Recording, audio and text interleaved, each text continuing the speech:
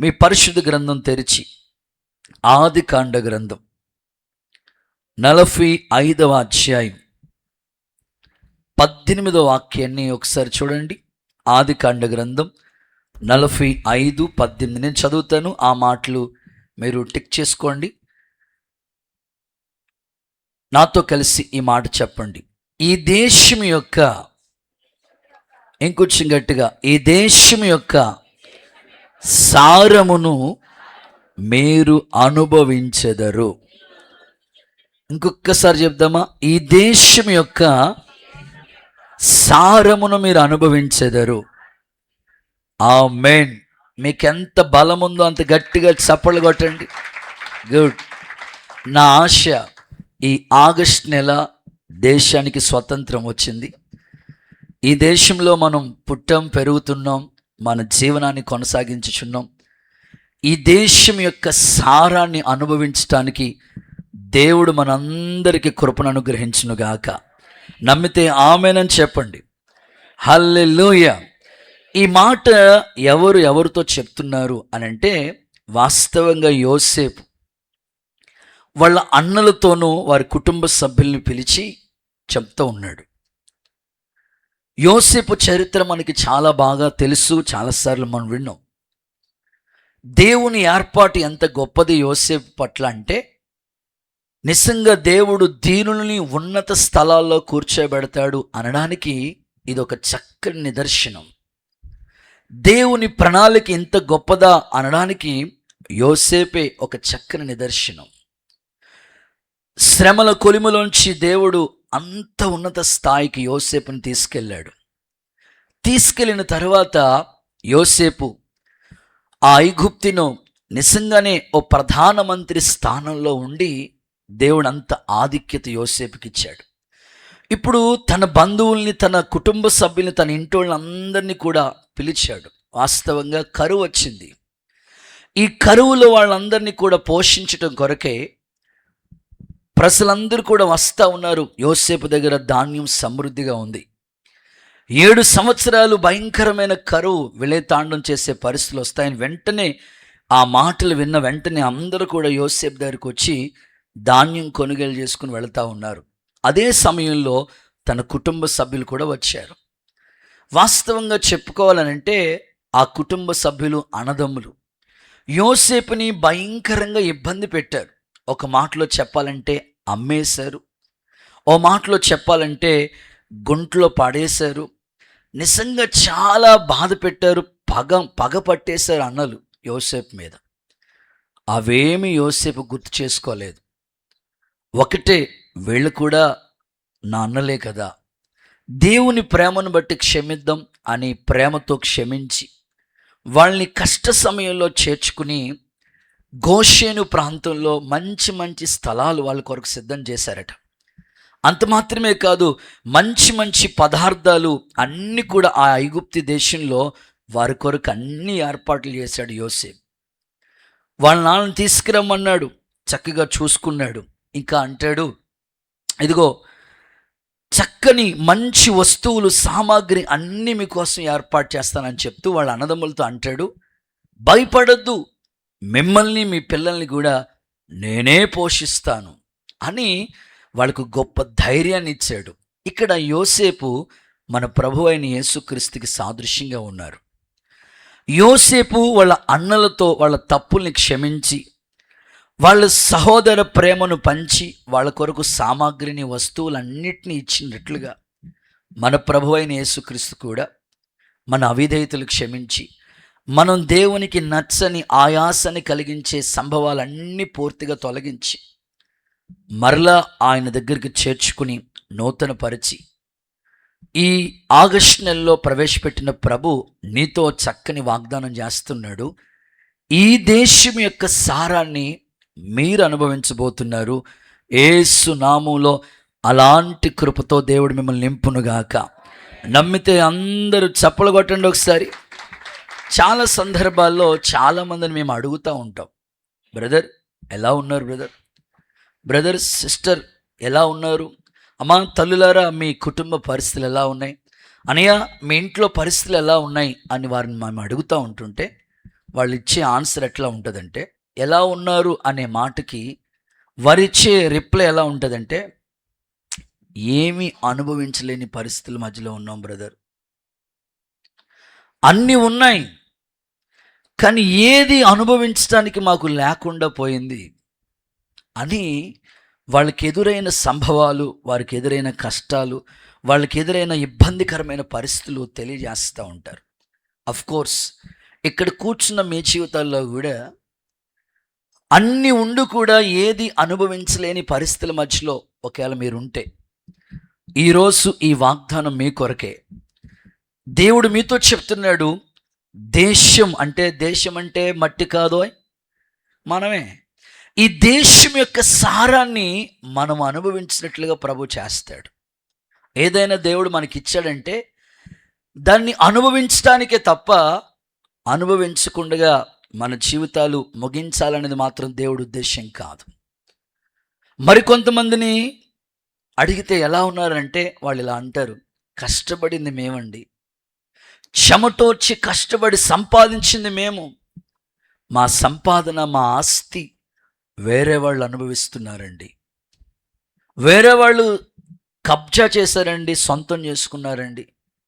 ఇట్లాగా చాలామంది చెప్తా ఉంటారు, మనం వింటూ ఉంటాం. ఒకవేళ ఈ ఉదయకాలం ఈ ఆరాధనలోకి వచ్చిన నీతో, ఈ ఆగస్టు నెల మొదటి వారంలోనే దేవుని సన్నిధిలోకి వచ్చిన మీతో ప్రభు మాట్లాడుతున్నాడు. ఈ దేశం యొక్క సారం, నువ్వు కష్టపడిన సంపాదన వేరే వాళ్ళు ఎవ్వరూ అనుభవించకుండా నీవు ధన్యుడవు, నీకు మేలు కలుగును, నీ చేతుల కష్టార్జితం నువ్వే అనుభవిస్తావు అనేటట్లుగా ప్రభు నిన్ను ఆశీర్వదించునుగాక. గట్టిగా ఆమేనని చెప్పండి. ఒకవేళ ఇంతకాలము నీ జీవితంలో గత 7 నెలలుగా ఇబ్బందుల్ని అనుభవిస్తున్న వాళ్ళు కొందరు, సమస్యల్ని, బాధల్ని అనుభవిస్తున్న వాళ్ళు మరికొంతమంది, అప్పులతో నలిగిపోయిన వాళ్ళు మరికొంతమంది, ఇంకో మాటలో చెప్పాలంటే లోకాశలు అనుభవిస్తున్న వాళ్ళు కొందరు, ఇంకొంచెం ఆత్మీయంగా చెప్పాలంటే నిందల్ని అనుభవిస్తున్న వాళ్ళు మరికొంతమంది.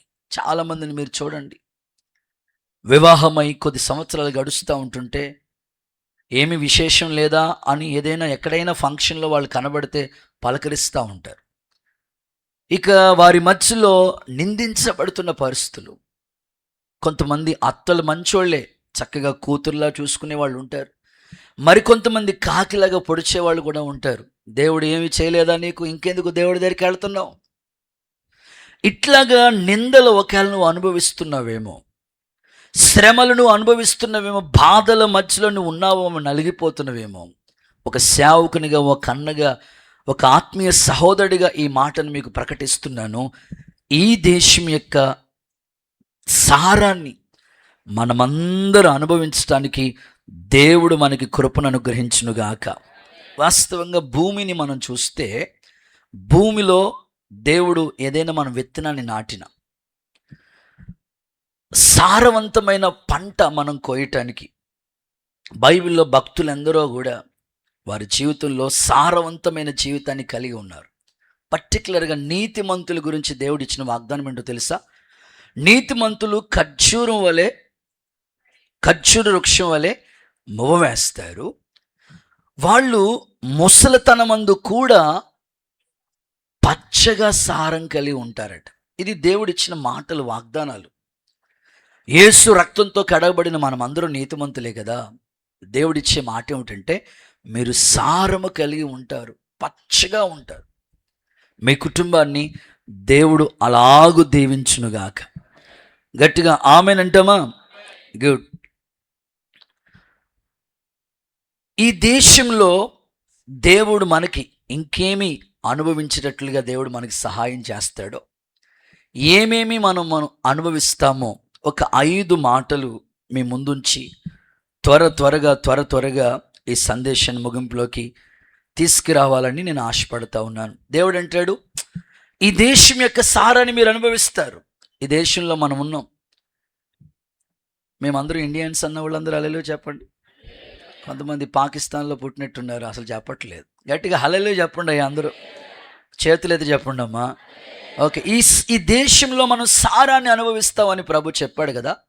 ఈ దేశంలో ఉన్న మనం దైవికంగా దేవుడు మనల్ని ఉద్దేశంతో ఈ భూమి మీద పుట్టించాడు కనుక ఈ జీవితం ఉండగానే మనకి ఏమేమి అనుభవిస్తామో ఒక 5 అనుభవాలు మీకు చెప్పి త్వరగా ఈ సందేశం ముగింపులోకి తీసుకొస్తాను. నెంబర్ 1, అపోస్తుల కార్యాల గ్రంథం 24:3. అపోస్తుల కార్యాల గ్రంథం 24వ అధ్యాయం 3వ వాక్యాన్ని భక్తులు చదువుతారు, ఆలకిద్దాం ఒకసారి. మహాఘనత వహించిన ఫెలిక్సా, 24:3 చదవక. మేము తమ వలన ఎంతో నెమ్మది అనుభవించుచున్నామని ఈ దేశ జనములకు సంభవించిన అనేకమైన కీడులు ఈ దేశ జనములకు సంబంధించిన అనేకమైన కీడులు తమ పరామర్శ చేత దిద్దుబాటు అవుచున్నవని ఒప్పుకొనుచు మేము సకల విధములను సకల స్థలముల్లోనూ పూర్ణ కృతజ్ఞతతో అంగీకరించుచున్నాము.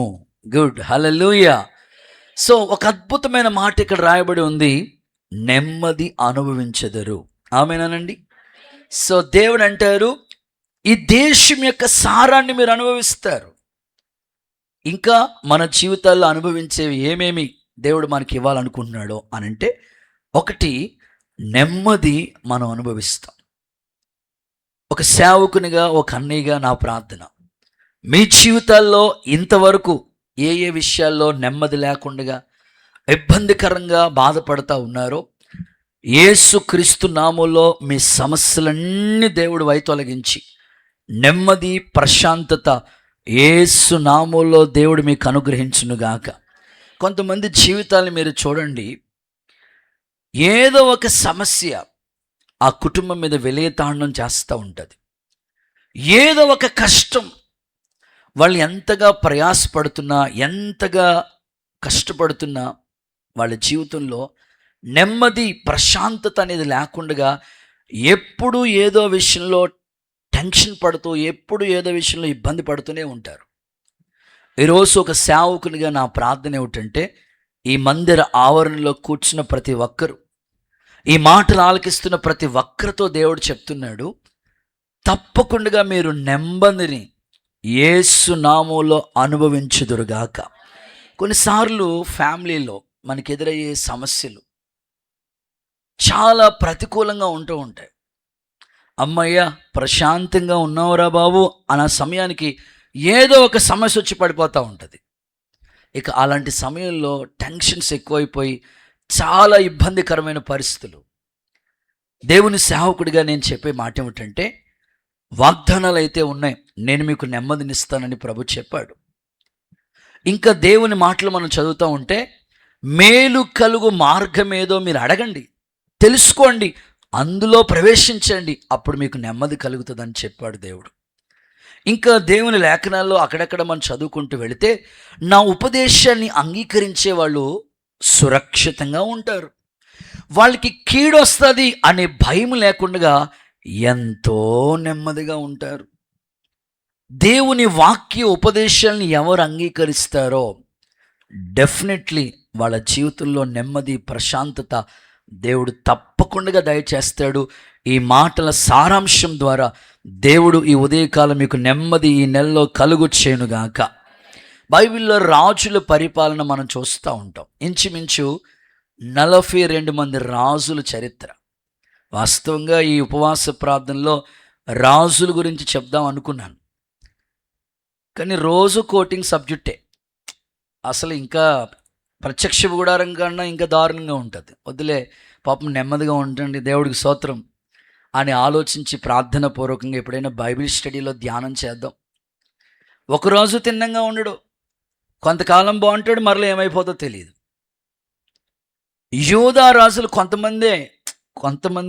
కొద్దిమందే హిజ్కియా లాంటి వాళ్ళు, కొద్దిమందే మంచిగా వ్యక్తులు మనకు కనబడతారు. అయితే ఆస పరిపాలన వచ్చింది. ఆస పరిపాలనకు వచ్చినప్పటికీ ప్రజలు ఎలా ఉన్నారంటే, కల్లోళాల మధ్యలో ఉన్నారు, కలవరాల మధ్యలో ఉన్నారు, కన్నీటి మధ్యలో ఉన్నారు. విచిత్రం చెప్పనా, దేవుని సన్నిధిలో యెహోవాను వెతకటానికి వాళ్ళు వెళ్ళారట. ఎప్పుడైతే దేవుణ్ణి వెతకాలని వాళ్ళు వెళ్ళారో, దేవుడు వాళ్ళకి ఆ రాజు పరిపాలించినంత కాలం దేశంలో నెమ్మది కలుగు చేశాడట. ఆమెను హల్లెలూయా చెప్తే బాగుంటుంది కదా.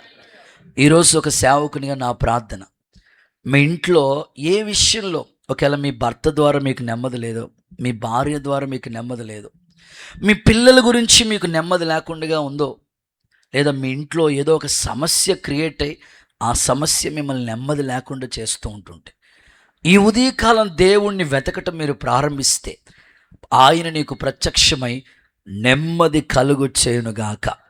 చూడండి ఆ మాట చదువుదామా. దినవృత్తాంతాల 2వ పుస్తకం 15వ అధ్యాయం 15వ వాక్యాన్ని చదువుదాం. దినవృత్తాంతముల 2వ పుస్తకం 15:15. ఇలాగు ప్రమాణం చేయబడగా యూదా వారందరూ సంతోషించిరి. వారు పూర్ణ హృదయంతో ప్రమాణం చేసి పూర్ణ మనసుతో ఆయనను వెతికి ఉండిరి గనుక యెహోవా వారికి ప్రత్యక్షమై, పూర్ణ మనసుతో వాళ్ళని వెతికి ఉన్నారు గనుక దేవుడు వాళ్ళకి ప్రత్యక్షమై చుట్టూనున్న దేశస్థులతో యుద్ధం లేకుండా ఉన్న దేశస్థులతో యుద్ధం లేకుండా వారికి నెమ్మది కలుగు వారికి చేశాను. నెమ్మది కలుగు చేశాను. నాతో కలిసి ఈ మాట చెప్పండి. చుట్టూ ఉన్న వారితో యుద్ధం లేకుండా నెమ్మది కలుగు చేశాను. ఆమేన్, హల్లెలూయా. కొన్నిసార్లు మనం ఎంత బాగున్నా చుట్టూ ఉన్న వాళ్ళతో ఏదో సమస్య. మేము పరంజ్యోతి స్కూల్ దగ్గర ఉండేటప్పుడు ఒక చిన్న సిచ్యువేషన్, మేము ఉంటున్న ఆ చోట ఖాళీ ప్లేస్ ఉండేది. జస్ట్ ఏదైనా మనం మీటింగ్ పెట్టుకోవాలనుకున్నా, ఈటింగ్ చేయాలన్నా, భోజనాలు పెట్టాలి, అన్నిటికీ ఆ ప్లేస్ ఆడుకునేవాళ్ళం. ఆ పక్కనే, ఆ ఖాళీ ప్లేస్ పక్కనే ఒక చిన్న గొయ్యి ఒకటి ఉంది. మరి ఇప్పటి వరకు ఉందో లేదో తెలియదు కానీ ఉండే ఉంటుంది. ఆ పక్కనే అపార్ట్మెంట్ ఉంది, ఈ పక్కన ఇల్లులు, ఆ పక్కన ఇల్లు, మధ్యలో ఈ ప్లేస్. మేము జెన్యున్గా దేవుని పని చేసినప్పుడు ఎవరి చేత చెప్పించుకోకూడదు. ఒకసారి వాన్ రోజు చెప్పాడు, అమ్మా ఎవ్వరు ఇక్కడ చెత్త వేయొద్దు అని చెప్పారు.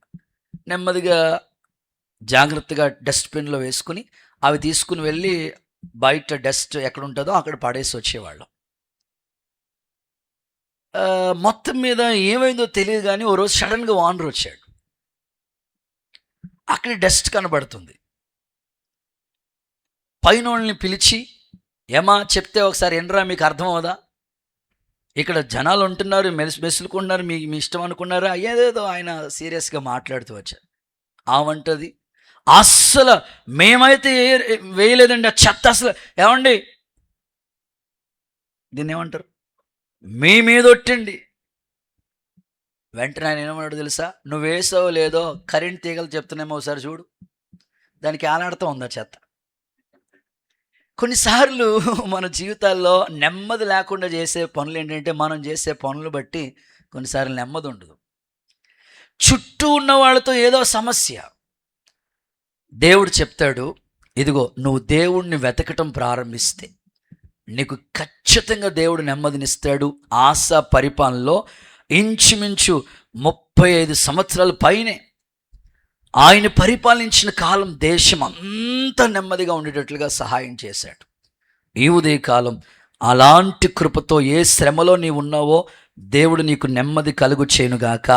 నీకు బాధల్లో వాక్యము నెమ్మది కలిగించునుగాక. నీ ప్రాకారంలో నెమ్మది కలుగునుగాక. నీ నగరులో నెమ్మది కలుగునుగాక. తప్పకుండా. ఇంకొక మాట చదివిస్తాను చూడండి. తిమోతికి రాసిన మొదటి పత్రిక 2వ అధ్యాయం మొదటి వాక్యం చూడండి అక్క. మనము సంపూర్ణ భక్తియు మాన్యతయు కలిగి. ఏ భక్తమ్మా? సగం భక్తి చాలండి పాస్టర్ గారు, కాదు, సంపూర్ణ భక్తి చేయాలట.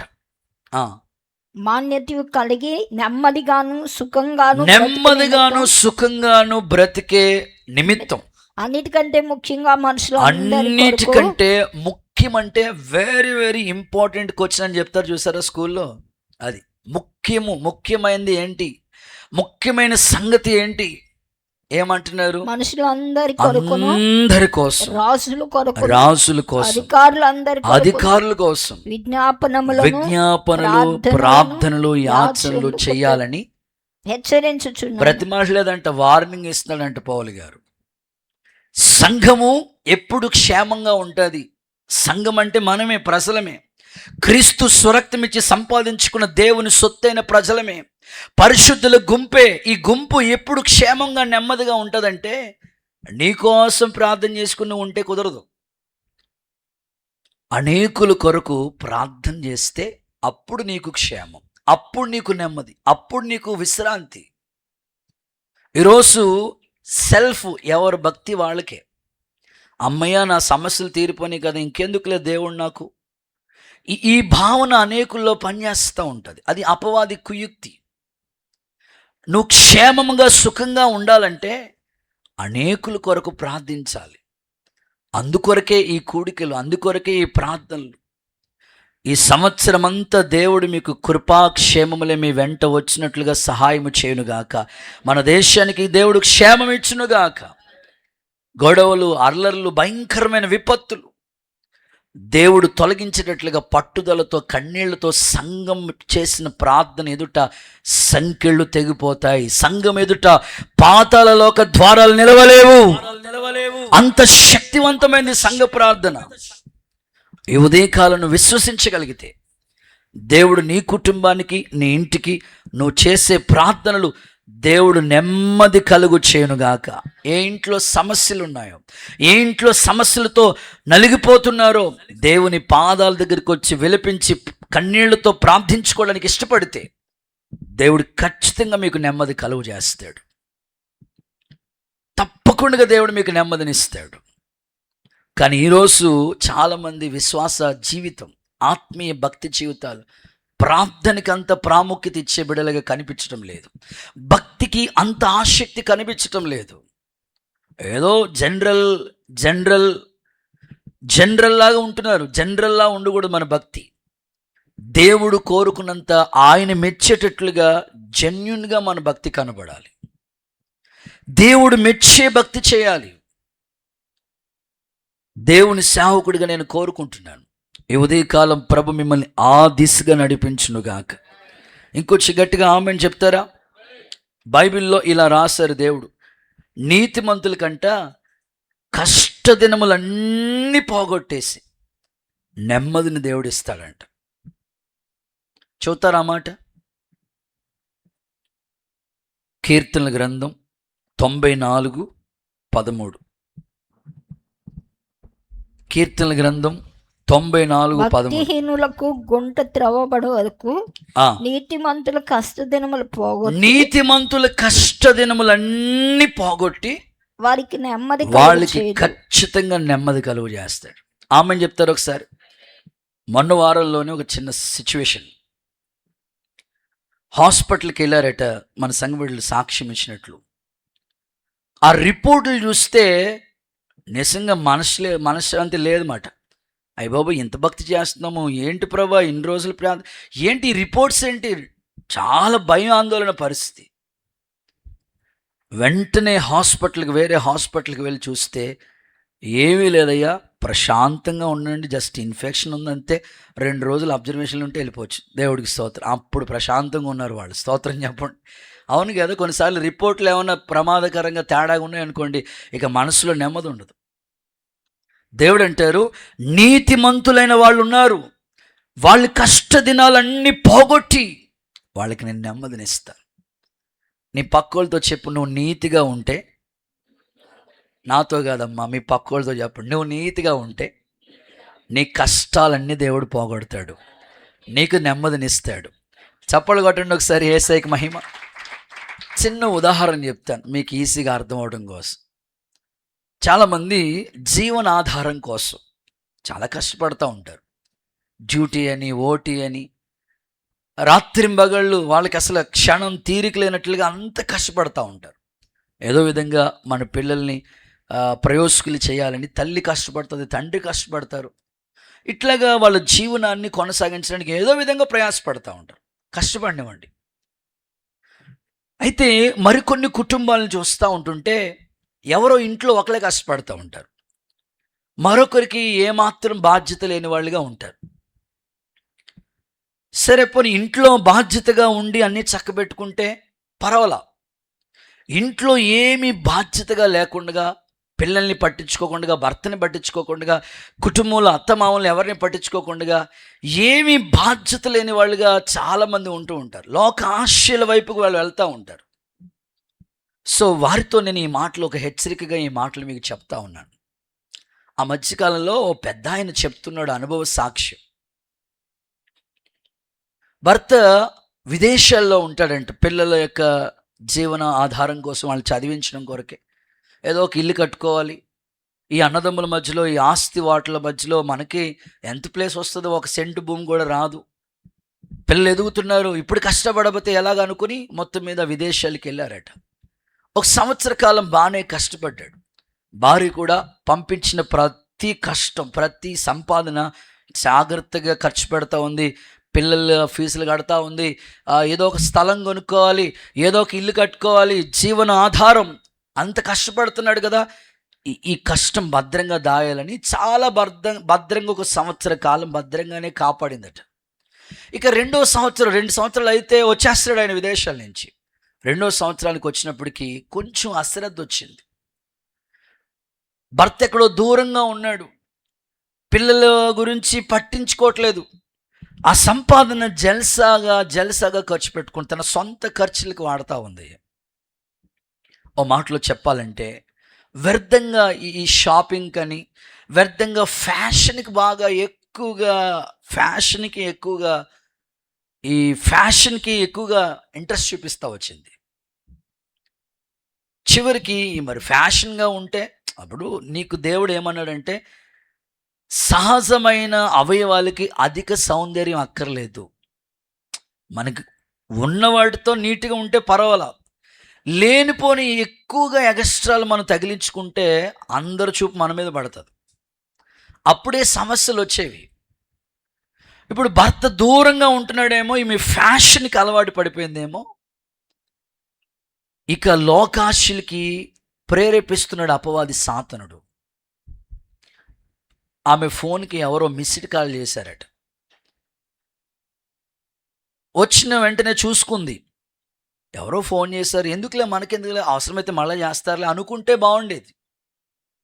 ఫోన్లో మిస్డ్ కాల్ ఉంది కదా, తిరిగి కాల్ బ్యాక్ చేసింది. హలో మేడం, మీరు మీ ఫేస్బుక్ ఇట్లా ఏవో మాట్లాడుతూ ఉన్నారట. మిమ్మల్ని అక్కడెక్కడో చూశాను, మీరు చాలా అందంగా ఉన్నారని మాట్లాడుతారు. ఎవరో పరపురుషుడు నా భర్త లేని సమయంలో ఇలా మాట్లాడుతున్నాడు. రాంగ్ కాల్ అని పెట్టేసి ఉంటే బాగుండేది. కుదురుంటున్నాడు కదా సాతాను గాడు. వాడెవడో నా అందాన్ని పొగుడుతున్నాడు, మా ఆయనే ఎప్పుడు నన్ను అందంగా ఉన్నదో అనలేదు. అంతే అపవాది కుయుక్తి చూడండి. లోకాశలకు ప్రేరేపించి అప్పుడప్పుడు ఫోన్లు మాట్లాడటం, అప్పుడప్పుడు చిన్నగా అది చివరికి తన మనస్సులో నెమ్మది లేకుండా చేసిన పరిస్థితి. ఎలాంటి పరిస్థితి తెలుసా? భర్త ఏమో విదేశాల్లో ఉన్నాడు, 3 పిల్లలు, వాళ్ళని చదివించి పెద్ద చేయవలసిన తల్లిది, బాధ్యత లేని తల్లి, ఏమాత్రం కుటుంబ బాధ్యత లేకుండా ఇష్టానుసారంగా తిరిగే తల్లి, లోకానికి అలవాటు పడిపోయిన తల్లి. ఎంత దారుణంగా అంటే, వాడెవడో ముఖం తెలియని వాడితో వెళ్ళిపోయింది ఇంట్లోంచి. ఇంట్లో పిల్లల్ని వదిలేసి, భర్తను వదిలేసి వెళ్ళిపోయింది. తర్వాత తన భర్తకి తెలిసింది. అర్జెంటుగా విదేశాల నుంచి గబగబా పరిగెత్తుకుని వచ్చాడు. చూస్తే పిల్లలు ఏమైపోతారో. ఏమండి, పిల్లల బాధ్యత ఎవరిది? ఎక్కువ బాధ్యత ఎవరిది? భర్త ఏదో కష్టపడటానికి కూలి నాలో చేసుకోవడానికి వెళ్తూ ఉంటాడు, పనులకో వ్యాపారానికో ఎవరికి వెళ్తే. ఇంట్లో ఉండి పిల్లల్ని చక్కగా చూసుకోవాల్సిన తల్లి ఈ లోక సంబంధమైన వాటికి పాల్పడితే ఎలా? ఇష్టానుసారంగా ప్రవర్తించడాన్ని బట్టి నిజంగా కుటుంబంలో నెమ్మది లేని పరిస్థితులండి. ఆయన అంత బాధలో ఉండి కూడా ఎక్కడో ఉందని తెలుసుకున్నాడు. మొత్తం మీద కంప్లైంట్ ఇస్తే తెలుసుకున్నాడు, మొత్తం మీద కౌరు పెట్టాడు. అయినా పర్వాలేదు, నా భార్య ఏదో ఆవేశంలో లేకపోతే లోకాశలకి పాల్పడి ఆ ఎమోషన్స్ మధ్యలో ఏదో చేసింది, అయినా పర్వాలేదు, ఈ పిల్లలు బాగుండాలి, ఈ పిల్లలు క్షేమంగా ఉండాలి, వీళ్ళు అనాథులు కాకూడదు. ఇప్పుడు ఆడపిల్లల క్షేమం ఎవరు చూస్తారండి? చాలా మందికి తెలియక ఇష్టానుసారంగా ఏం అసలు ఆడపిల్లని పట్టించుకోరు ఇంట్లో. ఆ ఆడపిల్లని ఎవరు క్షేమం చూస్తే ఒక తల్లిగా బాధ్యత నీది.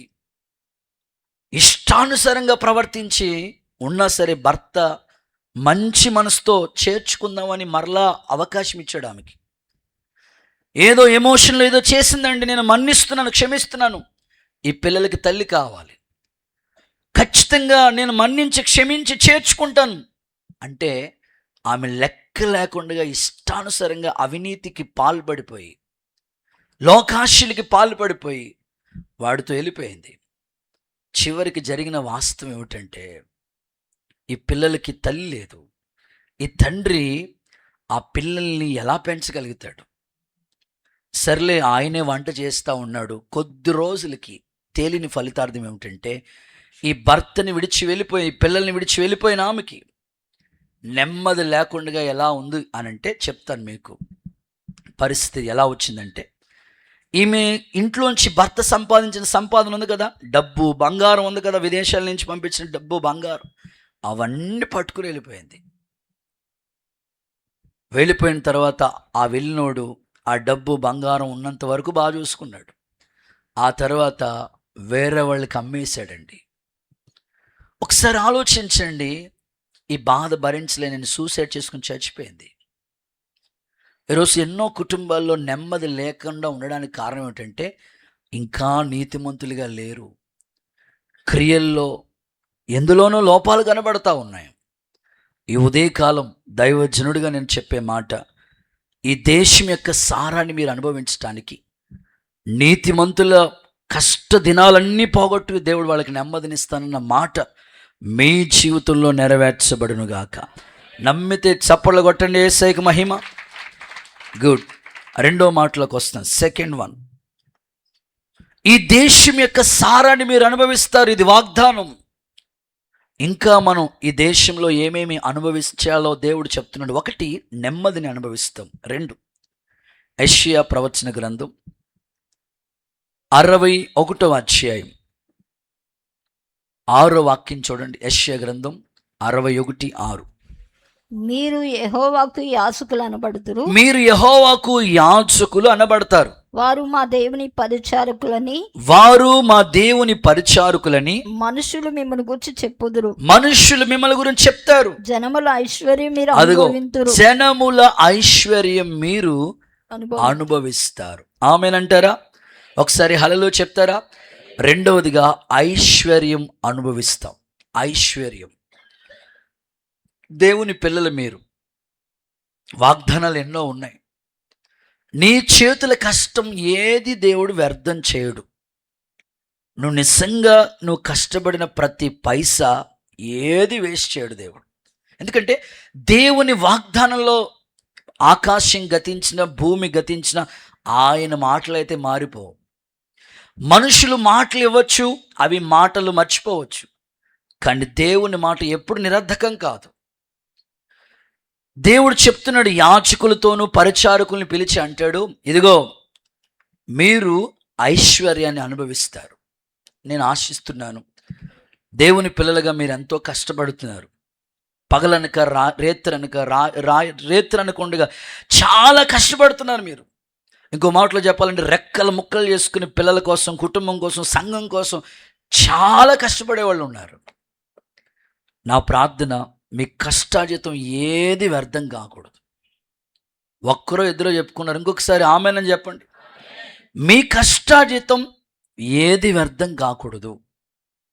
ప్రతి వాగ్దానం ఏమన్నది, నువ్వే అనుభవిస్తావని దేవుడు చెప్పినప్పుడు అది వ్యర్థం కాకూడదు. మీరు ఇలా ప్రార్థన చేసుకోవాలి. మీ చేతికి కష్టార్జితం, నిన్న 1వ తారీఖు జీతం వచ్చింది అనుకుంటాం, దేవుడికి స్తోత్రం. మీ కష్టార్జితం వచ్చిన వెంటనే ఇలా ప్రార్థన చేసుకోవాలి, ప్రభా ఈ నెలలో ఏది వేస్ట్ అవ్వకూడదు. నువ్వు నాకు ఇచ్చావు, నేను కష్టపడ్డాను, నువ్వు నాకు ఇచ్చావు. ఈ కష్టార్జితాన్ని నేను ఎలా ఉపయోగించాలో తగిన జ్ఞానం నాకు ఇవ్వండి. ఏ ఆపద వచ్చినా, ఏ కష్టం వచ్చినా, ఇంట్లో ఏ సమస్య వచ్చినా దానికి ఈ కష్టార్జితం భద్రంగా ఉండాలి, కానీ వేస్ట్ అవ్వకూడదు. నువ్వు అలాగ నాకు సహాయం చేయి. చాలామంది చెప్తా ఉంటారు, అన్నయ్య కష్టపడుతున్నది వాస్తవమే, సంపాదిస్తున్నది వాస్తవమే, 2 చేతులతో సంపాదిస్తాను, నేను సంపాదిస్తున్నాను, నా భార్య సంపాదిస్తున్నాను, నా కొడుకు సంపాదిస్తున్నాను, నా కూతురు కూడా ఇంట్లో నలుగురు 4 విధాలుగా సంపాదిస్తున్నారు. కానీ నెలకు వచ్చినప్పటికీ కొన్ని కుటుంబాల పరిస్థితులు ఎలా ఉంటాయంటే, 1 తారీఖు నుంచి 10వ తారీఖు వరకు నీవు చేసిన ఉపకారములకు చికును మటన్ ఎందుకు ఉపకారం కదా మరి, ఏమి చెల్లించాలి ప్రభువా. ఇక 10వ తారీఖు నుంచి 20వ తారీఖు వరకు కొంచెం అక్కడక్కడ కొంచెం ఇబ్బంది ఉంటాయన్నమాట. సీట్లు అవన్నీ కట్టవలసినవి కొన్ని ఉంటాయి, డ్వాక్రా ఈ ఇబ్బందులు ఉంటాయన్నమాట. కొంచెం చాలా వరకు పేమెంట్ అయిపోతుంటుంది. అప్పుడు వీళ్ళు ఇలా ప్రార్థన చేసుకుంటూ ఉంటారు అన్నమాట.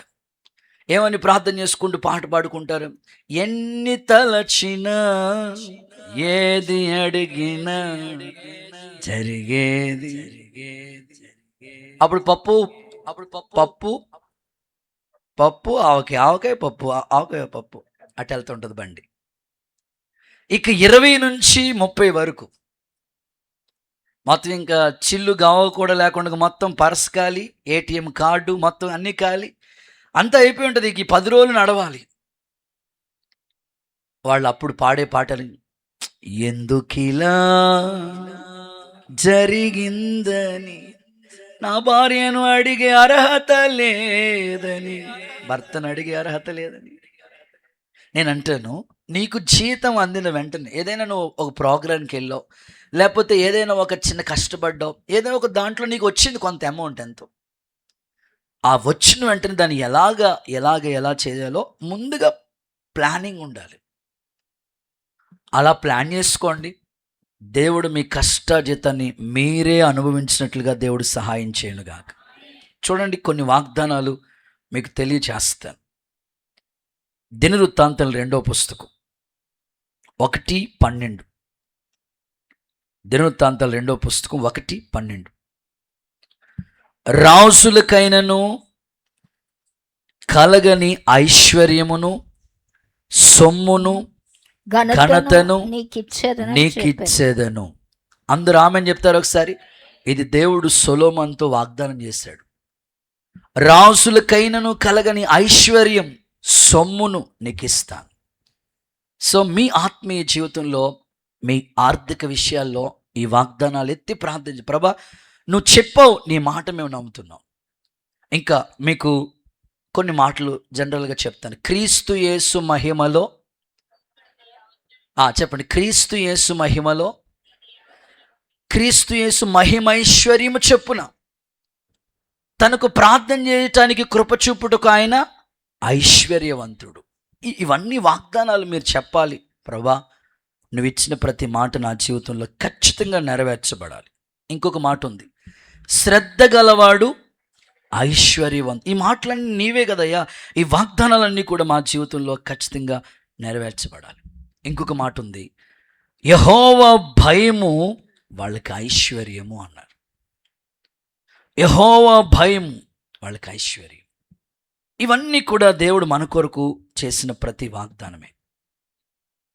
భౌతికంగా ఆర్థిక విషయాల్లో దేవుడు మీకు అన్ని విధాలుగా సహాయము చేయనుగాక. ఆత్మీయ విషయాల్లో కూడా మనం ఐశ్వర్యవంతులు అవ్వాలండి. ఈవెన్ భౌతిక విషయాల్లో బాగుందండి, ఒక ఇల్లు కొన్నానండి, మొన్నే కూతురు పెళ్లి చేశానండి, ఓ సూపర్ అండి బాబు, వెల్ సెటిల్, గుడ్. ఎందుకంటే ఇవన్నీ ఇక్కడే వదిలేస్తాం. ఆత్మీయ విషయాల్లో కూడా మీరు ఐశ్వర్యవంతులు అవ్వాలి. ఆత్మీయ విషయాల్లో ఐశ్వర్యవంతులంటే చూడండి, పౌలు సంఘానికి చెప్తున్నాడు ఐశ్వర్యం గురించి. కొరింథీయులకు రాసిన మొదటి పత్రిక 1వ అధ్యాయం 6వ వచనం చదువుదాం. కొరింథీయులకు రాసిన మొదటి పత్రిక 1వ అధ్యాయం 6వ వాక్యం. క్రీస్తును గురించిన సాక్ష్యం మీలో స్థిరపరచబడినందున ఓకే, ఆయన యందు మీరు ప్రతి విషయంలోనూ, అనగా సమస్త ఉపదేశంలో, సమస్త జ్ఞానములో ఐశ్వర్యవంతులయ్యారు. ఆమేనండమ్మా ఒకసారి. ఉపదేశంలో ఐశ్వర్యవంతులు అనండి. మీ పక్కలతో ఆ మాట చెప్పండి. ఉపదేశంలో, ఉప్మా కాదు, ఉపదేశంలో ఐశ్వర్యవంతులు. అంటే భౌతికంగా మీరు బాగున్నారు, గుడ్, మీకేమీ తక్కువ లేదు, 10 మందికి సహాయం చేసే స్థితిలో దేవుడు పెట్టాడు, చాలా సంతోషం. అయితే భక్తి విషయంలోకి వచ్చినప్పటికీ ఐశ్వర్యవంతులుగా మీరు కనబడరు. ఉపదేశంలో ఐశ్వర్యవంతులు అంటే వాక్యం చదివే విషయంలో ఎక్కడ లోపాలు కనబడకూడదు. ప్రార్థించుకునే విషయంలో ఎక్కడ ఉదయకాల స్తోత్ర ప్రార్థన, సాయంకాలం కుటుంబ ప్రార్థన. ఆత్మీయ విషయాల్లో ఉపదేశంలో దైవికమైన ఉపదేశ క్రమం ఒకటి దేవుడు మనకిచ్చాడు. ఆ భక్తి విషయాల్లో ఎక్కడ వీక్ అయినట్లుగా మనం కనబడకూడదు. ఈరోజు మీరు ఆత్మీయ ఐశ్వర్యాన్ని పొందుకోవటానికి దేవుడు మీకు సహాయము చేయనుగాక. ప్రతి విషయంలో దేవుడు కృప చూపునుగాక. యెహోవా మీకు ఆశీర్వాదం ఐశ్వర్యం ఇచ్చును అనే వాగ్దానాలన్నీ నెరవేర్చునుగాక. ఇందులో కూడా మీకు అర్థం అవడానికి ఒక చిన్న ఎగ్జాంపుల్ చెప్తాను. అదేమిటంటే, ఒక ఇద్దరు జంట వాళ్ళు ఎక్కడికో ఓ పార్క్కి వెళ్ళారట. ఎవరో పెద్ద ఆయన అనుభవ సాక్ష్యం చెప్తుంటే విన్నా. పార్క్కి వెళ్ళారట ఇద్దరు జంట. అక్కడికి వెళ్ళిన తర్వాత వెళ్తా వాళ్ళు అనుకున్నారట, చాలా సమయం మనం కూర్చున్నాం కదా, అక్కడ ఏదో స్పెషల్ ఐటమ్ ఏదో అమ్ముతున్నారు, జస్ట్ చికెన్ ఫ్రై, ఏదో జాయింట్లు తెచ్చుకుని చాలా సరదాగా టైం పాస్ చేద్దాం అనుకుని వాళ్ళు చికెన్ అక్కడ ఏదో స్పెషల్గా ఏదో ఉంటే వెళ్ళి తీసుకుందామని ఇద్దరు ఉన్నారట. అక్కడ ఉన్న వెంటనే అప్పటికే ఆ యొక్క చికెన్ షాప్ ఓనర్, ఆ యొక్క షాపు ఓనర్ ఏం చేశాడంటే, దొంగతనాలు చాలా జరిగిపోతున్నాయి అని ముందే భయం కలిగి జాగ్రత్తగా డబ్బులు వేరే చోట, ఒక మాటలో చెప్పాలంటే ఈ చికెన్ ప్యాక్ చేసే బాక్సులు ఉండే చూసారా, అలాంటి బాక్స్లో ఓ పక్కని ఏర్పాటు చేశాడట. ఎప్పుడు దాచే చోట కాకుండా ఒక చిన్న బాక్స్ లాంటి దాంట్లో డబ్బులు భద్రంగా దాచడంట ఓనర్. దాచి హడావుడిగా ఎక్కడికో, ఓనర్ గారికి ఎన్నో కార్యక్రమాలు ఉంటాయి కదా, బిజీ కదా, గబగబా వెళ్ళిపోయాడు. వెళ్ళిపోయిన వెంటనే ఈ వర్కర్స్ హడావుడిగా చికెన్ ప్యాక్ చేసే టైంలో వాళ్ళు ఏమనుకున్నారంటే, కొంతమంది ఆల్రెడీ ప్యాక్ చేసేసి ఉంది. అది కూడా చికెన్ బాక్స్ పైన అట్టు చూస్తే చికెన్ బాక్స్, ఇప్పుడు కేక్ ఉందనుకోండి దానికి ఒక బాక్స్ ఉంటుంది. అలాగే ఈయన ఏం చేశారంటే డబ్బులు లోపల పెట్టేసి జస్ట్ ఆ చికెన్ బాక్స్ దాంట్లోనే ప్యాక్ చేసేసి వెళ్ళిపోయాడు ఆయన. ఈ కుర్రోళ్ళు ఏమనుకున్నారంటే, హడావులో వర్క్ చేయకపోయిన పర్లేదు, ఆల్రెడీ ప్యాక్ చేసి ఉంది కదని హడావులో అది ఇచ్చేసాడు. వెళ్ళిన వెంటనే వాళ్ళు ఆ యొక్క చోటుకి వెళ్ళిన వెంటనే అది ఓపెన్ చేసి చూసినప్పటికీ దాని నిండా డబ్బులు ఉన్నాయి. నిజంగా అదే స్థానంలో మనం ఉంటే ఏమనుకుంటాం, చాలా కాలం డబ్బులు లేక చాలా ఇబ్బందులు పడుతున్నాం, ఆ దేవుడే కరుణించాడు. ఎవరట చెప్పండి, ఎవరు కరుణించాడు? ఆ దేవుడే కరుణించాడు. నిజంగా కరుణించాడు కాబట్టి అందులోకి స్త్రీల సమాజం, అమ్మ అందరికి వందనాలమ్మ, అక్కోళ్ళ దగ్గర డబ్బు ఉంటే ఇక యేసు రక్తమే జయం, ఇంకేం చేస్తావు చేయ ప్రభువా. ఏమండి, నిజంగా ఇది దేవుడే పంపించాడు, లేకపోతే మనకి ఎలా? భర్త అసలు ఒప్పుకోవట్లేదు, వద్దమ్మా వద్దు, భార్య కూడా వద్దులేండి, మన డబ్బులు మనకి ఎందుకులే, వెళ్ళి పట్టుకుని వెళ్ళి ఇచ్చేద్దాం అనుకుని మరలా అదే చికెన్ షాప్, ఈ లోపల ఓనర్ వస్తాడు, చికెన్ షాప్ దగ్గరికి పట్టుకెళ్ళి ఇచ్చేశారు. వాళ్ళ ఓనర్ ఆశ్చర్యపోయాడు, అయ్యా అసలు దొంగతనాలు జరుగుతున్నాయని భయంతో నేను లోపల దాచుకోకుండా ఇందులో దాచుకుంటే మీరు ఇంత జెన్యున్గా ఇంత యథార్థంగా ఈ డబ్బులు పట్టుకొచ్చి ఇచ్చేశారు, అస్సలు మీ ఫోటో పేపర్లు వేయాలి, ఉండండి ఒకసారి ఫోటో తీస్తానంటే వద్దు బాబా అన్నారు. ఓనర్ అనుకున్నాడు, ఇంత సాత్వికులుగా ఉంటారా, ఇంత దీనులుగా ఉంటారా అనుకున్నాడు. లేదండి వద్దండి, మా ఫోటో అయితే పేపర్లు వేయొద్దండి, ఏదో మంచితనం చేయాలి కదండి, ఉపకారం చేశామండి. మరలా అంటున్నాడు, లేదండి మీలాంటి వాళ్ళు ఆదర్శవంతమైన, చెప్పండమ్మా దంపతులు, ఆదర్శవంతమైన దంపతులు మీలాంటి వాళ్ళు సమాజానికి ఎంతో ఉపయోగపడతారు, మీ ఫోటో ఖచ్చితంగా వేయాలి. అప్పుడు అక్కడున్న భార్య అంటది, అయ్యా మా ఫోటోకి పేపర్లు వేసారంటే మమ్మల్ని ఈ భూమి మీద బతకనివ్వరయ్యా, ఈయన నా సొంత భర్త కాదు, నేను ఈమె సొంత భార్యని కాదు. అది జంట. డబ్బుల విషయంలో నమ్మకంగా ఉన్నారు కానీ క్రియల విషయంలో నమ్మకస్తులుగా లేరండి. ఈరోజు నేను మిమ్మల్ని అడుగుతున్నాను, బంధాల విషయంలో ఎంత నమ్మకంగా ఉంటున్నారు?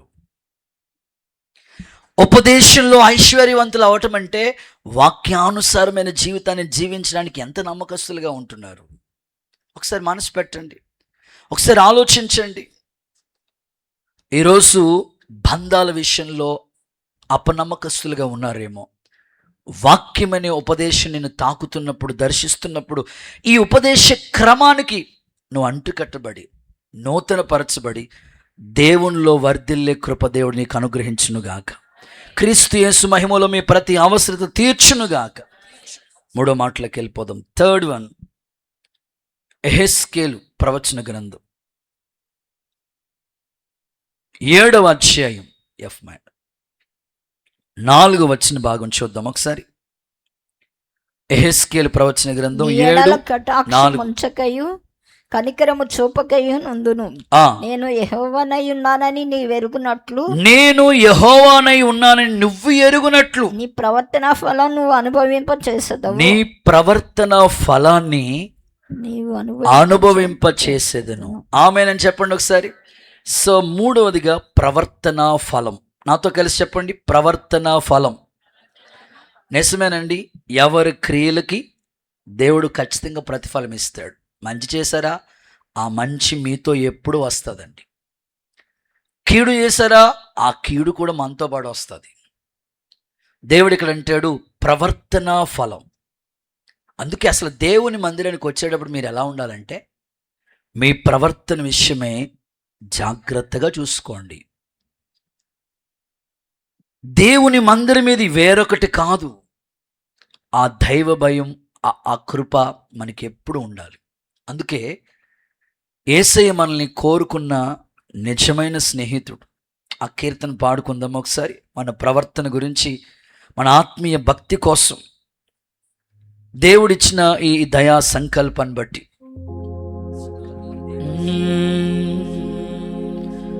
యేసయ్య నన్ను కోరుకున్న నిజ స్నేహితుడా, నీ యౌవన రక్తము కార్చి నీ ప్రేమ ప్రపంచములో చేర్చినావు.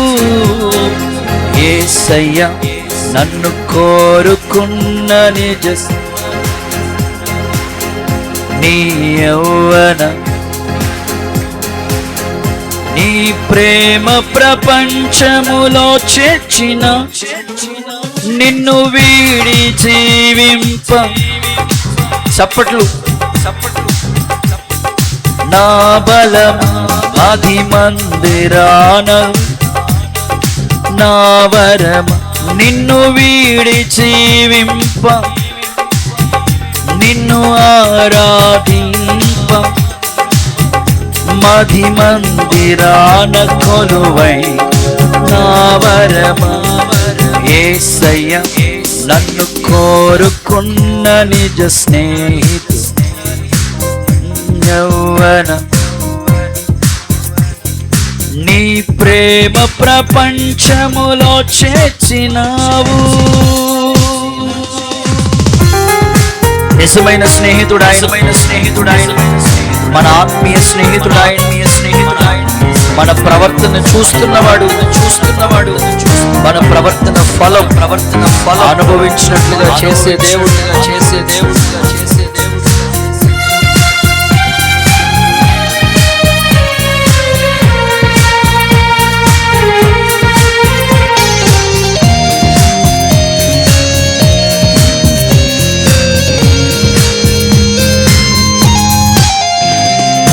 నా గురి గమ్యమైన నిన్ను చేరుటకు ఈ లోక నటనలు చూసి మురిసిపోనివ్వకు. పాడదాం ఒకసారి.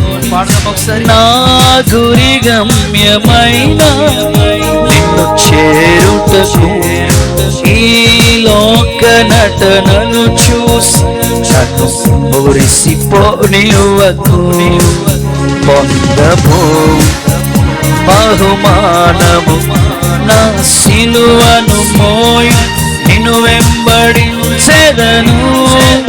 పొందబో బహుమానము సిలువను మోయచు నిన్ను వెంబడించెదను. చేతులు పైకెత్తి, యేసయ్య నన్ను కోరుకున్న నిజం నీ యౌవన చేతులుపుతూ నీ ప్రేమ ప్రపంచములో చేర్చినావు. నిన్ను వీడి జీవింప నిన్ను మధి మందిరాన కొలువైనా నిన్ను వీడి జీవింప నిన్ను మందిరాన కొలువైనా. హల్లెలూయా, హల్లెలూయా, హల్లెలూయా. దేవుణ్ణి విడిచిపెట్టకుండా ఆయన కృపలోనే మనం సాగిపోదుముగాక. చూడండి, ఒక వాక్యం చదివిస్తాను. యెషయా గ్రంథం 3వ అధ్యాయం 10వ వాక్యం. యెషయా గ్రంథం 3:10.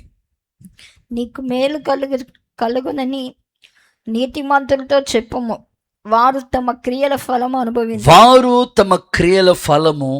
ఖచ్చితంగా అనుభవిస్తారు. ఆమేన్. మీకు మేలు కలుగునని నీతిమంతులతో చెప్పు, వాళ్ళు తమ క్రియల ఫలము ఖచ్చితంగా అనుభవిస్తారు.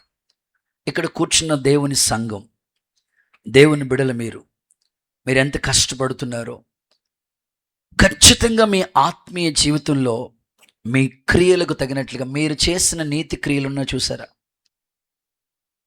ఆ నీతి క్రియలను ఎప్పుడు కూడా దేవుడు మర్చిపోడు. బోయాసే రూత్తో చెప్తాడు, కుమారి భయపడద్దు, నువ్వు చేసిన దానికి ఆయన గొప్ప ప్రతిఫలం ఇస్తాడు, నీకు గొప్ప బహుమానం ఇస్తాడు. ఈరోజు దేవుని సంఘానికి మీరు చేసిన కార్యాలు, ఈ సేవ ప్రారంభం నుండి ఇప్పటి వరకు మీరు చేసిన ఆ కార్యాలను దేవుడు గుర్తుపెట్టుకున్నాడు. నీతిమంతులు వాళ్ళు చేసిన క్రియలకి ఖచ్చితంగా దేవుడు ప్రతిఫలం, మేలు, ఏదో ఒక మేలు మీ జీవితంలో అనుభవింపినట్లుగా చేస్తాడు. ఇక్కడ దేవుని మందిరంలో ఏ వస్తువులైనా కొన్నామంటే దాని వెనకాల ఒక చక్కని సాక్ష్యం. ఈ ఉపవాసాల ప్రార్థనలు ప్రారంభించి మీరు 2-3 రోజుల్లో 2 అన్నయ్యోళ్ళని దేవుడు ప్రేరేపించాడు. ఒక అన్నయ్యోళ్ళు మీరు లాస్ట్లో కూర్చున్నట్లుగా ఎవరైనా సేవకులు వస్తూ ఉంటుంటే భోజనాలు వాళ్ళకి ఏర్పాట్లు చేయాలంటే సరైన టేబుల్స్ లేక ఇబ్బంది పడతా వచ్చాయి. దేవుడు వారి కుటుంబాన్ని ప్రేరేపించి ఒక చక్కని వాళ్ళకి కలిగింది దేవునికి ఇవ్వాలనే భావన, వారు చేసిన దానికి గొప్ప ప్రతిఫలం దేవుడు వాళ్ళకి ఇచ్చునుగాక. అలాగే ఇట్లాంటి కార్యక్రమాలు వస్తూ ఉంటుంటే మార్నింగ్ సెక్షన్ బలారాధన వస్తుంటే టిఫిన్ ఏర్పాట్ల కోసం ప్రతిసారి కూడా ఇడ్లీ పాత్ర 2-3 త్వరగా అవ్వాలని బయట నుంచి తీసుకొస్తూ ఉండేవాళ్ళు రెంట్కి. ఒక సహోదరుడికి దేవుడు ప్రేరేపణ అనుకోకుండా ఇడ్లీ పాత్ర వాళ్ళే కొనుక్కొని తీసుకొచ్చారు. దేవుడు వాళ్ళకి గొప్ప ప్రతిఫలం ఇచ్చునుగాక. దేవుని బిడల్ని ఎప్పుడు కూడా ఆయన మర్చిపోడు. నీతిమంతులు చేసిన క్రియలకు ఏదో ఒక ప్రతిఫలం. ఈ పరిచర్య విషయంలో ఎన్నో వస్తువులు మీరు కొన్నారు, మందిరాలకి స్థలాలు కొనే విషయంలో ఎంతో విధంగా మీరు సహకరించారు. వెంటనే ఏదైనా కష్టం సేవకులకి కలుగుతుంది అన్న వెంటనే మీ పనులు ఆపేసుకుని ఈ పరిచర్యకి అహరోను హూరులాగా ఆదుకున్న సందర్భాలు ఎన్నో. ఈ మందిరాలకి స్థలాలు కొనే విషయంలో వాళ్ళ సొంత బంగారాలు, అనయ్య ఈ అమౌంట్ విషయంలో మీకు అడ్జస్ట్ అయిన తర్వాత మరలా ఇద్దరు కానీ ఇవి తీసుకెళ్ళి బ్యాంక్లో జస్ట్ మీరు ఏదో ఏర్పాటు చేయండి, దేవుని పరిచర్యకి స్థలం అవసరమని నీతి క్రియలు చేసిన వాళ్ళు ఇక్కడ చాలామంది ఉన్నారు. వస్తువులు కొనే విషయాల్లో, వాహనాలు కొనే విషయాల్లో, స్థలాలు కొనే విషయాల్లో, మందిరాలు కట్టే విషయంలో మీరు చూపిన ప్రేమ దేవుడు మర్చిపోడు, సేవకులుగా మేము కూడా మర్చిపోం. నీతిమంతులు చేసిన క్రియలకి ఒక గొప్ప ప్రవర్తన ఫలం వారే అనుభవించుదురుగాక. దేవుడు మాటిచ్చాడు, నీతిమంతుల సంతానం విడవబడదండి. మీ పక్కోళ్ళకి షేక్ అండి ఇచ్చి ఆ మాట చెప్పండి, నీతిమంతుల సంతానం విడవబడదు.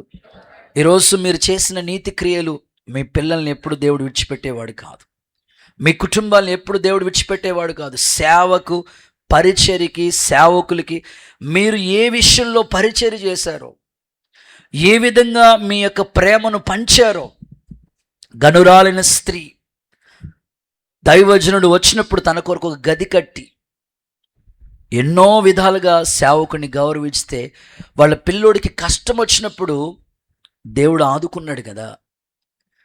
నాకు బాగా తెలుసు, ఆ మందిరం కట్టేటప్పుడు ఇసుక విషయంలో చాలా సఫర్ అవుతూ ఉన్నాం. కిమ్స్ నుంచి చదువుకునే పిల్లలు చాలామంది మన మందిరానికి ఎంబీబీఎస్ స్టూడెంట్స్ వస్తూ ఉంటారు. ఒక సహోదరితో దేవుడు మాట్లాడారట. ఈ కాలేజ్లో మనం చదువుతున్నప్పుడు లక్షలు పెట్టి సీటు కొన్నాం కదా, దేవుని పరిచర్యకి ఏదో చేద్దామని వాళ్ళ అమ్మతో మాట్లాడితే వాళ్ళ అమ్మ నాన్నలు ఇద్దరు మాట్లాడుకుని ఎక్కడో దూరం నుంచి ఆ పిల్లలు ఇక్కడ చదువుకోవడానికి వచ్చారు. నాకు బాగా తెలుసండి, బాగా గుర్తు, అది నాకు ఇప్పటికీ మర్చిపోవాలి. ఎందుకంటే ఆ కష్ట పరిస్థితి. ఆ సహోదరు ఒక్క ఆమెతో దేవుడు మాట్లాడితే నిజంగా 6 లారీలు ఇసుక ఆమె ఏంచింది, ఆ చెల్లె, ఆ సహోదరే. నేను అనుకుంటాను దేవుడు మర్చిపోయేవాడు కాదు. ఇలా చెప్పుకుంటూ వెళితే ఎన్నో, ఈ పరిచర్యకి ఎన్నో విధాలుగా మీరు సపోర్ట్ చేసి ఆదుకుని నీతి క్రియలు చేశారు చూసారా. మీ ప్రవర్తన ఫలం, మీరు చేసిన క్రియలకి ఆయనైతే మర్చిపోడు. తప్పకుండా రావలసిన ప్రతిఫలం దేవుడు మీకు అనుగ్రహించునుగాక. నూతన కార్యాలు దేవుడు మీ ఇంట్లో జరిగించునుగాక. ఇక 2 మాటలు త్వరగా చెప్పేసి ముగిచ్చేస్తాను, సమయం అయిపోయింది. బలారాధన అనుకుంది. 4వది యెషయా ప్రవచన గ్రంథం 1వ అధ్యాయం 19వ వాక్యం చూడండి ఒకసారి. యెషయా, సమ్మతించిన మాట విని ఎడల, మీరు సమ్మతించి నా మాట వింటే మీరు భూమి యొక్క మంచి పదార్థాలు మీరు అనుభవిస్తారు. ఆమేనని చెప్పండి. 4వదిగా మంచి పదార్థములు అనండి. ఇంకొకసారి చెప్పండి, మంచి పదార్థములు. ఓకే, దేవుడు దేశం యొక్క సారాన్ని మీరు అనుభవిస్తారని చెప్తున్నట్లు ఈ భూమి మీద మనం నివసిస్తున్నాం కాబట్టి మంచి పదార్థాలు అనుభవించే కృప దేవుడు మనకి ఇచ్చునుగాక. ఆరోగ్యకరంగా ఈ భూమి మీద మనకి ఏమైతే దేవుడు సమకూర్చాడో ఆ ఆహార పదార్థాలు అన్నిటి విషయంలో మీకు మేలు చేయునుగాక. కొన్నిసార్లు ఈ ఆహారం తినడానికి భయపడుతుంటాం, ఇది తినడానికి ఇట్లాంటి పరిస్థితులు ఆరోగ్య విషయాల్లో ఒకవేళ బలహీనతల మధ్యలో ఒకవేళ నలిగిపోతున్న వారికి సేవకునిగా నేను చెప్పే మాట, మరలా మీకు ఆరోగ్యాన్నిచ్చి ఈ భూమి యొక్క మంచి పదార్థాలన్నీ కూడా అనుభవించే కృప దేవుడు మీకు ఇచ్చునుగాక. ఇది భౌతికంగా. ఆత్మీయంగా చెప్పుకోవాలంటే మనలో కూడా దేవుడు కొన్ని మంచి పదార్థాలు దేవుడు దాచిపెట్టాడు. పౌలు తన కుమారుడైన తిమోతితో చెప్తూ ఇలా అంటాడు, నా కుమారుడా తిమోతి, నీలో దేవుడు ఒక మంచి పదార్థాన్ని దాచిపెట్టాడు. అది అలాగ నువ్వు దాచేసుకుంటే ఎలా? ఆ మంచి పదార్థం అనేకులకు ఉపయోగకరంగా నీవు ఉండాలి అని ఒక అద్భుతమైన మాట చెప్తున్నాడు. చూడండి, ఆ మాట లేఖనాల్లో మనం చదువుతాం. తిమోతికి రాసిన 2వ పత్రిక 1వ అధ్యాయం 14వ వాక్యం చూడండి ఒకసారి. తిమోతికి రాసిన 2వ పత్రిక 1:14, నీకు అప్పగించబడిన ఆ మంచి పదార్థం మనలో నివసించే పరిశుద్ధాత్మ వలన కాపాడుము. నీకు అప్పగించబడిన ఆ మంచి పదార్థం. దేవుని పిల్లల మీలో అనేకమైన ఈవులు దేవుడు మీ గుండెల్లో, ఇంకో మాటలో చెప్పాలంటే అనేకమైన టాలెంట్స్ దేవుడు మీకు ఇచ్చాడు. ఆ మంచి పదార్థం అనేవి అనేకమైన ఈవులు మీకు ఇచ్చాడు దేవుడు ఆత్మీయ జీవితంలో. వాటిని మీరు ఉపయోగించాలి. భౌతికంగా ఆహారం మీకు ఎంత బలాన్ని ఇస్తుందో మీ లోపల ఉన్న మంచి పదార్థం కూడా అనేకుల్ని బలపరిచేటట్లుగా, అనేకమైన కుటుంబాల్ని కట్టేటట్లుగా మీరు ఉపయోగపడాలి. మీ నోటి మాట కావచ్చు, మీ యొక్క క్రమశిక్షణ కావచ్చు, మీ యొక్క పద్ధతి కావచ్చు, మీరు ఆదరించే ఆ పలకరింపు కావచ్చు, అనేకమైన జీవితాల్ని మీ ద్వారా కట్టబడునుగాక. పౌలు తిమోతి గురించి ఒక అద్భుతమైన సాక్ష్యం చెప్తాడు. ఒక కుమారుడు తండ్రికి ఎన్ని సేవలు చేశాడో నా దగ్గరున్న ఈ కుమారుడు అంతగా సేవ చేశాడు. అంటే తనలో ఉన్నవి ఏమీ కూడా దాచుకోకుండా, శక్తి లోపం లేకుండా దేవుని పని కోసం ఎక్కడైనా సంఘానికి పంపించాలంటే ఎవరిని పంపిద్దాం అంటే దేవుడు చెప్పినట్లుగా ఈ వ్యక్తిని పంపిద్దాం. అలాగా దేవుని పరిచర్లో ఆ కుమారుడు వాడబడుతూ వచ్చాడు. నేను ఆశించేది ఏంటంటే, దేవుడు నీకు ఎన్నో టాలెంట్స్ ఇచ్చాడు. నీ గుండెల్లో మంచి పదార్థం ఏ విధంగా ఉపయోగపడుతుందో అలాంటి టాలెంట్స్ దేవుడు నీకు ఇచ్చాడు. సంఘ పరిచర్య కోసం, సేవ అభివృద్ధి కోసం నీకు ఇచ్చిన తలాంతులను ఉపయోగిస్తే దేవునిలో నమ్మకమైన పనివాడిగా నువ్వు వాడబడతావు.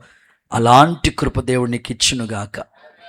ఆషేరుని గురించి వాక్యం అంటుంది, ఆషేరు దగ్గర రాజులకు ఇవ్వగలిగిన మంచి పదార్థాలన్నీ కూడా ఉన్నాయి అంటాడు.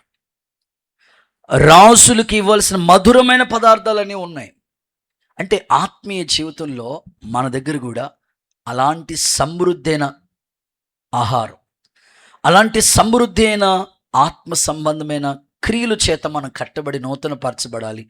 దేవుడు అలాంటి కృప మనకిచ్చునుగాక. ఆఖరి మాట, చివరి మాట చెప్పి ముగిస్తాను. దానియేలు ప్రవచన గ్రంథం 12వ అధ్యాయం 2వ వాక్యం చదువుకుని ప్రార్థన చేసుకోబోతున్నాం. ప్రభు బాలకి సిద్ధపడదాం.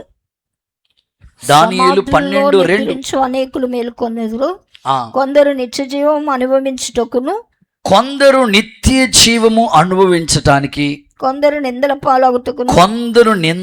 పాలవటానికి, నిత్యముగా హేయులగుటకును మేలుకొందురు. చూడండి, సందర్భాన్ని చూస్తే చివరిది ఆఖరి మాట, నిత్య జీవము అనుభవిస్తారు.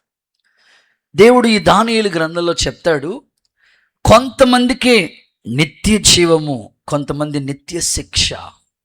ఈరోజు మనల్ని దేవుడు రక్షించాడు. ఒక ధనవంతుడు వచ్చి దేవుడిని అడుగుతాడు కదా, నిత్య జీవం పొందుకోవడానికి నేనేం చేయాలి? వెంటనే చెప్తాడు, ఇది చేయి, ఇది చేయి, ఇది చేయి. అట్లా ఒక్కటి కొదువుగా ఉంది, ఆ ఒక్కటి కొదువ సరి చేసుకోలేదు. ఈరోజు ఇక్కడ మనం ప్రభు బల ఆరాధనకి అందరం సమకూర్చబడి వచ్చాం. ప్రభు బలలో మనం చేతులుంచితే అది మనకి నిత్య జీవం. ప్రభు ఇలా అన్నాడు కదా, నా శరీరాన్ని తిని నా రక్తాన్ని తాగిన వాడి నిత్య జీవం గలవాడు, వాడు అంత్య దినాన్ని లేపబడతాడు. మరి ఆ నిత్య జీవానికి మనం వారసులు అవ్వాలంటే, ఆ నిత్య జీవాన్ని మనం అనుభవించాలంటే, ఈ ప్రభు బలలో మనం పాలిభాగస్లు అయ్యే ముందు ఏదైనా లోపం ఉంటే, ఏదైనా దేవునికి నచ్చని క్రియలు ఉంటే సరిచేసుకుని, ప్రభా మేము నిత్య తీర్పుకి శిక్షకు కారుకులు అవ్వకూడదు. ఇది ప్రభు శరీరం అని, ప్రభు రక్తం అని వివేచించక తిని తాగేవాడు తనకు శిక్షా విధి కలగటానికి చేస్తున్నాడు అన్నాడు.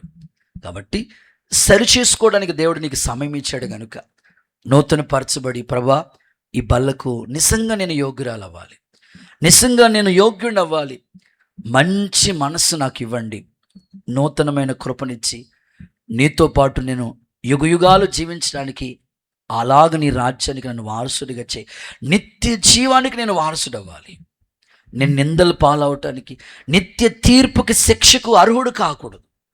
నేను ఖచ్చితంగా ఇదిగో ఈ విషయంలో సంపూర్ణమైన మంచి మనస్సాక్షితో ఈ బల్లను సమీపిస్తున్నాను అని ఎవరైతే తీర్మానం చేసుకుంటారో వారు నిజంగా నిత్య జీవానికి వారసులు అవుతారు. అలాంటి కృప దేవుడు మనకు అనుగ్రహించునుగాక. ఈ మాటలన్నీ దేవుడు మన వెనుకల్లో స్థిరపరచునుగాక. నేను ముగిస్తున్నాను. ఈ దేశం యొక్క సారాన్ని మీరు అనుభవిస్తారు అని ఒక చక్కని మాట యోసేపు తన అన్నలతో, కుటుంబ సభ్యులతో తెలియచేసినట్లు ప్రభువు కూడా ఇప్పుడు చెప్తున్నాడు. ఈ ఆగస్టు నెలలో ఈ దేశం యొక్క సారాన్ని మనం అనుభవించినట్లుగా దేవుడు దీవించునుగాక. ఇంకా మనకి ఏమేమి అనుభవించడానికి దేవుడు కృపణిస్తాడో ఒక 5 అనుభవాలు మేము ముందు పెట్టాను. నెంబర్ 1, నెమ్మది అనుభవిస్తారు. నెంబర్ 2, ఐశ్వర్యాన్ని అనుభవిస్తారు. నెంబర్ 3, ప్రవర్తనా ఫలం. నెంబర్ 4, మంచి పదార్థాలు. నెంబర్ 5, నిత్య జీవం. ఈ నెలలో ఈ 5 అనుభవాలు కూడా మనం అనుభవించి దేవుని రాజ్యం కొరకే, రాకడ కొరకే మనం అందరం సిద్ధపరచబడదుము గాక. ఆ కృప దేవుడు మనకిచ్చును గాక.